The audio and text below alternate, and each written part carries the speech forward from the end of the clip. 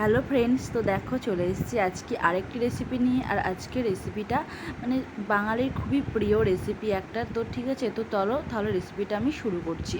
তো দেখো বেগুন, তারপর এটা হচ্ছে আলু, ঝিঙে, কুমড়ো, আর হচ্ছে রাঙালু নিয়েছি। আর এদিকে দেখো দেখালাম হচ্ছে পুঁই শাক। তো হ্যাঁ, আজকে বানাবো হচ্ছে মাছের মাথা দিয়ে পুঁই শাক। তো এর আগেও আমি এই ভিডিওটি এই ধরনের রেসিপি বানিয়েছি, তো আরেকবার তো ভাবলাম যে বানাচ্ছি, তো তাই ভাবলাম তোমাদের সঙ্গে শেয়ার করি। তো দেখো মাছের মাথা মানে বেশি ছিল না, তো সেই জন্য মাছের মাথা আর একটুখানি একটা পেটি নিয়েছিলাম। তো যেহেতু মাছের মাথাটা কিছু শাঁস ছিল না, তো সেই জন্য তো দিয়ে ওটা ভেজে নিলাম আগে। নিয়ে এবার দেখো বড়িগুলো ভেজে নিচ্ছি। তো বড়ি তোমরা যেহেতু মাছ দেওয়া হচ্ছে, বড়ি দিতেও পারো নাও পারো, কিন্তু দুটো দিলেই কিন্তু খেতে ভালো হয়। দেখবে আজকে বানাবো পুরো অনুষ্ঠান বাড়ির মতো। তো অনুষ্ঠান বাড়িতে দেখবে যেই ধরনের মানে পুঁই শাকের চচ্চড়ি তো করা হয়, তো সেই রকম ধরনেরই আজকে বানানোর চেষ্টা করছি। তো দেখো আর ভেজেছিলাম হচ্ছে তেলটা এরকম দেখলেই বুঝতে পারছো কেন। তো বলছি এর কারণটা, দেখো প্রথমে 5 ফোড়ন আর তেজপাতা দিলাম, দিয়ে এবার কুমড়োগুলো ভাজতে দিলাম। তো কুমড়োগুলো একটু ভালো করে ভেজে নেব। আর এটা দেখো হচ্ছে তেল পোঁটা। তো মাছের যে তেলটা মানে তেল পোঁটাটা যে হয়, তো সেটাই ভেজেছিলাম। তো সেই জন্য মানে তেলটা এরকম ফেনা ফেনা হয়ে গেছে। তো এটা শাকেতে দেবো না, তো এমনি খাওয়া হবে, আর ওই জন্য আগে ভেজে নিলাম। তো এর একটা দেখবে সেন্ট থাকে, তো সেটাও লাগবে, আর খেতে কিন্তু ভালো হয়। তো সব আনাজগুলো এবার পরপর দিয়ে দিচ্ছি, দিয়ে এবার ভালো করে ভেজে নিতে হবে।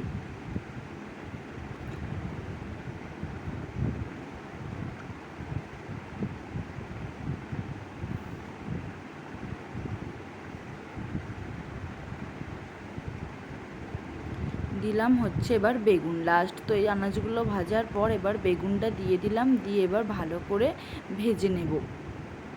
তো দেখো পেঁয়াজ দিলাম। তো পেঁয়াজ তোমরা দিতেও পারো নাও পারো, তো অপশনাল। তো পেঁয়াজ দিলে আমার মনে হয় ভালোই লাগবে, যেহেতু মাছ দেয়া হচ্ছে, তো পেঁয়াজটাও দিতে পারো।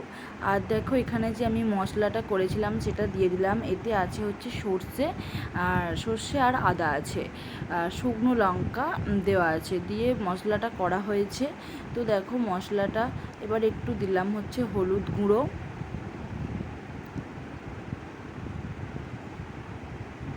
দিলাম হচ্ছে দেখো ধনে গুঁড়ো, এবার দিলাম নুন, দিয়ে এবার ভালো করে মশলাটার সঙ্গে এই হচ্ছে আনাজগুলো ভেজে নেব। তো একটু মানে ভালো করে ভেজো, না হলে কিন্তু গন্ধ ছাড়বে। তো দেখো ভালো করে ভেজে নিচ্ছি।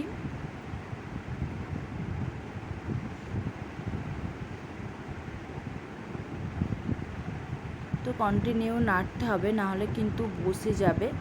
আর দেখো এখানে এবার দিলাম হচ্ছে শাকগুলো। তো পুঁই শাকটা কচি ছিল, সেই জন্য আলাদা করে কুকারে সিটি দিতে হয়নি, আনাজের সঙ্গেই সিদ্ধ হয়ে যাবে, তো সেই জন্য দিয়ে দিলাম। তো এবার ভালো করে আনাজের সঙ্গে শাকটা মিশিয়ে নেব। আর আনাজটা হচ্ছে বাটনাটা দেওয়ার পরই দিও শাকটা, নাহলে কিন্তু এত জল বেরোয় শাকটা থেকে, যে মানে ভালো করে ভাজা যায় না। তো এটা জল বেরোবে, বেশি জল দিতেই হয় না। তো আর দেখো দিলাম এবার বড়ি আর মাছগুলো দিয়ে দিলাম। মাছটা অল্পই ছিল, তো দিয়ে দিলাম। আর দেখো অল্প জল দিচ্ছি, যেহেতু শাকটা থেকে মানে জল বেরোবে, আর সব মানে জলটা না শুকোতে পারলে সবই ঘেঁটে যাবে, ওই জন্য অল্প জল দিলাম।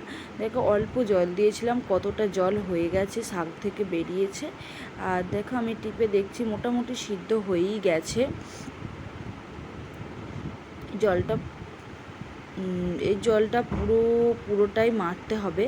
তো আরেকবার চাপা দিয়ে দিলাম, দিয়ে আরেকটু ভালো করে এই যে দেখো পুরো অনেকটা শুকিয়ে গেছে জলটা, আর সিদ্ধ পুরো হয়ে গেছে। এটা আরেকটু ফুটলে কিন্তু পুরো জলটাই শুকিয়ে যাবে। তো এবার দিলাম হচ্ছে চিনি।